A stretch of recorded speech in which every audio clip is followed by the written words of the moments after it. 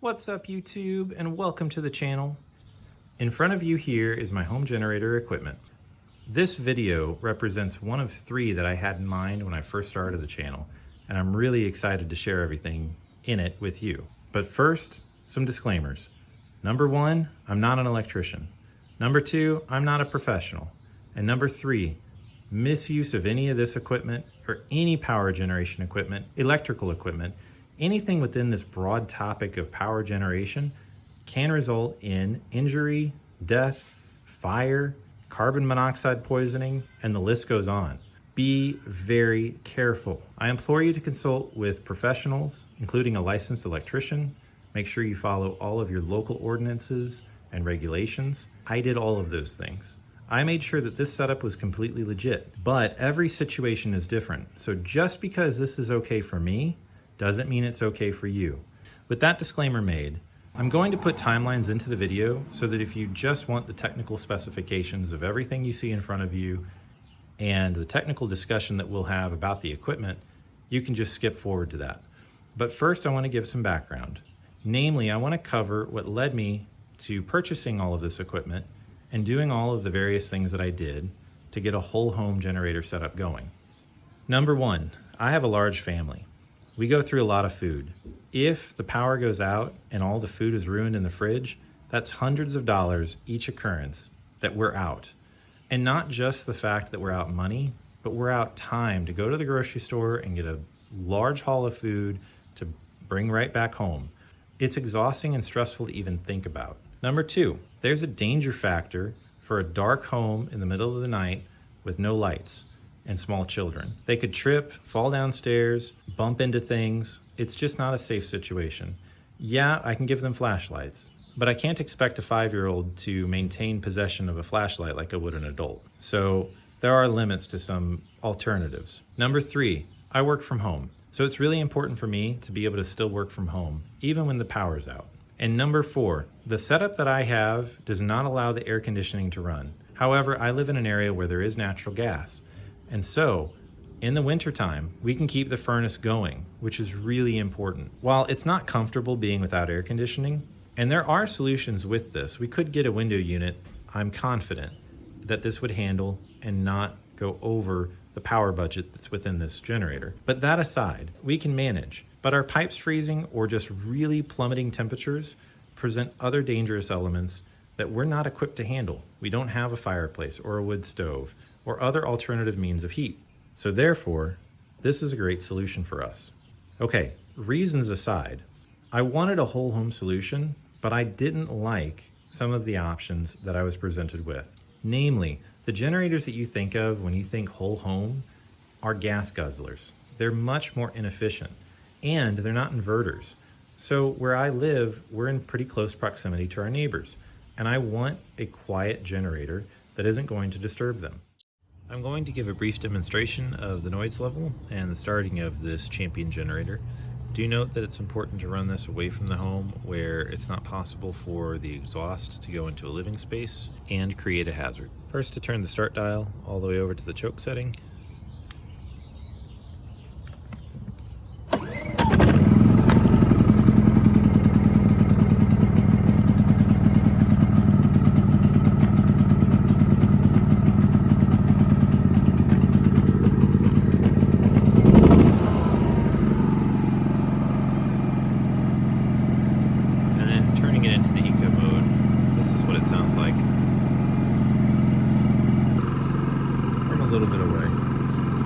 And especially where I keep it in the middle of our backyard while I do need to run it, it's not bad at all.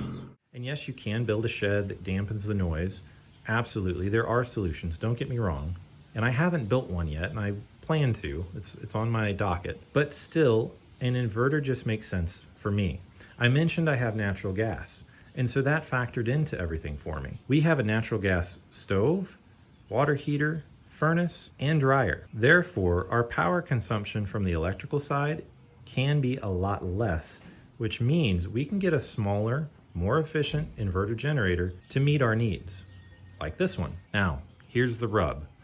This is a 30 amp generator, and it's only rated at 120 volts. It can't run a 240 system. For our panel, and I would assume that this is true for a lot of the United States, but I'm not positive. So electricians, if anything that I'm saying in this video is invalid, please put a comment down below. I'm sure that this will spark discussion, which is great. No electrical pun intended there. And it's been several years since I put all of this together, and even though I've researched it very recently for this video, I might say something that is inaccurate. I think most homes have essentially two legs of a panel, so that if you're trying to power up a 240 volt system, like an air conditioning unit, then you can. And there are other things that require that much power, but in my case, I only have an air conditioner. And that's the only thing that I can't run on this system. Well, to be fair, I can't run every single appliance I'd ever want, like a toaster and an Instant Pot and a coffee maker and a washing machine all at the same time. It would overload the unit. You have to be mindful of your current, right now power consumption when you're running a generator. But hopefully losing power is an uncommon event for you anyway, and you and your family, like ours, just understand that things work a little bit differently in those situations. Okay, so because you have two legs that come into your panel typically to allow you to have those 240 volt devices, this system at 120 volts in its normal configuration isn't suited to address that type of a situation. And that's where these adapters come into play. So I'll talk a little bit about them. But first, the generator, it's a 4650 starting watt Champion generator. No bells, no whistles. It doesn't have like a battery or a remote start or anything like that. And I would say too, it's pretty gas efficient and really quiet. I definitely hear it when it's running, no question. But even in a recent power outage, I don't think it bothered our neighbors at all. And from a fuel efficiency standpoint, and I haven't ran this continuously to where it's out of gas that I can recall, but I want to say that it gets more than 12 hours on a full tank, which I think is pretty good for the load we put it through. Okay, about the adapters. So this plugs into the generator, into that receptacle right there. And this cable actually has 4 total wires. It has 2 hots, a neutral, and a ground. So 4 total. What this adapter does, as I understand it, is that it bridges the hot so that you now do have 2 hot wires. This adapter right here is simply a 30 amp to a 50 amp converter. Now, I have a 30 amp generator. But what I put onto the house, the inlet box, is a 50 amp. Why? Well, so that I can upgrade.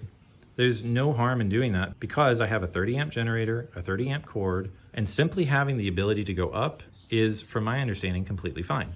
So it allows me to upgrade in the future if I ever wanted to get a bigger generator. My thought process at the time was, well, maybe they'll have something super gas efficient that I can utilize later on. Now, with these adapters and that whole setup I just discussed, this can actually, and in my case does, power both legs of that panel at 120 volts. So again, it can't run appliances or devices that are at 240. So all I have to do is add one other step to the whole process of switching over to this using the interlock system that I have, which I'll show in a minute. And that is simply turning off the breaker for the air conditioning unit. So while simple, it is important to remember that step. And I think that that's probably why a lot of people don't recommend this, because for others, maybe you have multiple systems that require that 240 volts. So maybe there's more risk that you wouldn't shut those off properly. I don't know, but it works really well for us. I've used it many, many times. I've never had an issue with any appliance after the fact. I've never had it short anything. I've had computers running on the system, our refrigerator, a deep freeze, a lot of different appliances and gadgets. And again, never have had an issue. That's just my experience though, so take it with a grain of salt. A couple other things while we're still in the garage, the gas tanks. This is a generator run on fuel. So I have 2 5-gallon Just Right safety cans, and I have them because I value safety. I didn't really feel comfortable storing gasoline for a long time in plastic containers. This one has a 1-inch hose. This one has a 5/8. This one can pour into this one, and this one can pour into our vehicles, as well as our lawnmower and other equipment that I might run that use gasoline. So what I do is I treat the gas with seafoam. That lasts for up to 2 years. I don't go beyond that. And then if I haven't needed a gas for the generator by that point, I take what's left, I dump it all into the cars, I refill with fresh gas, treat it with seafoam, and then I can store everything for 2 more years. Okay, this is our 50 amp inlet box, and it just pops right open. And there is a locking ring here that you can screw the adapter onto, which is really nice. There's some of the information about the box. Okay, so this is the top of the panel, and we're just gonna work our way down. Note that there are some stickers on this panel as a result of having everything set up. And again, I did hire an electrician to professionally do this, pulled all the necessary permits, all of that stuff. And here's the interlock itself. With this in place, you can't possibly have power on from the main, which is at the top there, as well as from the generator, which would backfeed the line and cause a very serious hazard. So this is my AC breaker, and all I have to do in addition to what was shown up above in terms of the instructions is to pop this over and leave it off while the generator is running. Everything else that you see here is capable of being run on just the generator. Okay, and we're back outside. I'll put together, in as much as I'm able, a total cost breakdown of everything, but this I felt was a much cheaper solution that still solved all of my needs really, really well, as compared to a whole home generator that you have on site and hooked up. There are some convenience factors involved with that, like it'll automatically turn on when there is a power outage, but I don't mind taking a few minutes to pull this out, get it set up, and switch everything over. It's a really infrequent occurrence, but it's just peace of mind for me and my family. Another thing to note too, if you're interested in going the route of a generator for your own home use and personal needs, there are calculators online that can kind of guide you through how much your total wattage is in order to size up the generator that you need. But a couple of real quick notes on that, because I just tested out some of those sites today before making this video. And again, I'm not an electrician, but I don't agree with some of their preset definitions and calculations for everything. When we run this generator under our normal load circumstances, and again, granted, if you throw on a coffee maker, it really rises the amount of power consumption. Coffee makers are actually pretty heavy in terms of their use. Instant pots, things like that, it's gonna spike everything up quite a bit. Appliances, just in general, can do that.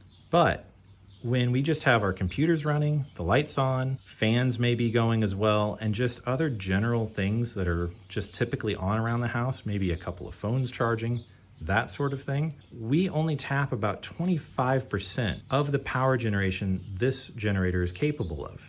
Think about that, 25%. So we have a lot of room to grow. And that means that we just have to use some thought as to what big appliances or kitchen appliances we run at once. If we want coffee, we know that we probably shouldn't run the microwave in tandem with that. And you just really need to leave yourself some wiggle room. But in our case, that to me is worth more than having a really big generator that might be noisier because it can't be an inverter, or is just much more expensive up front and consumes a lot of gasoline. So for all of those reasons, this just made the perfect sense for me in my situation where I have natural gas available to me. A couple of quick tips. You can get LED bulbs, and that will help lower your total wattage. LED bulbs don't take near the wattage that an incandescent does. And in general, you might find other energy saving tips like that. Budget your energy usage when you're on a generator. And going into it, know that you can do that and try and factor that in to the total amount of wattage that you think you're going to need when purchasing a generator. I think this is a good place to conclude this video. I might cover additional topics in the future on it, especially as it relates to generator maintenance, but please consider liking the video if the information and content was helpful or enjoyable to you. Please consider subscribing to the channel so you see future content, and please do feel free to share your thoughts below in the comments. Thanks for watching, and good luck with all of your power generation needs. Peace.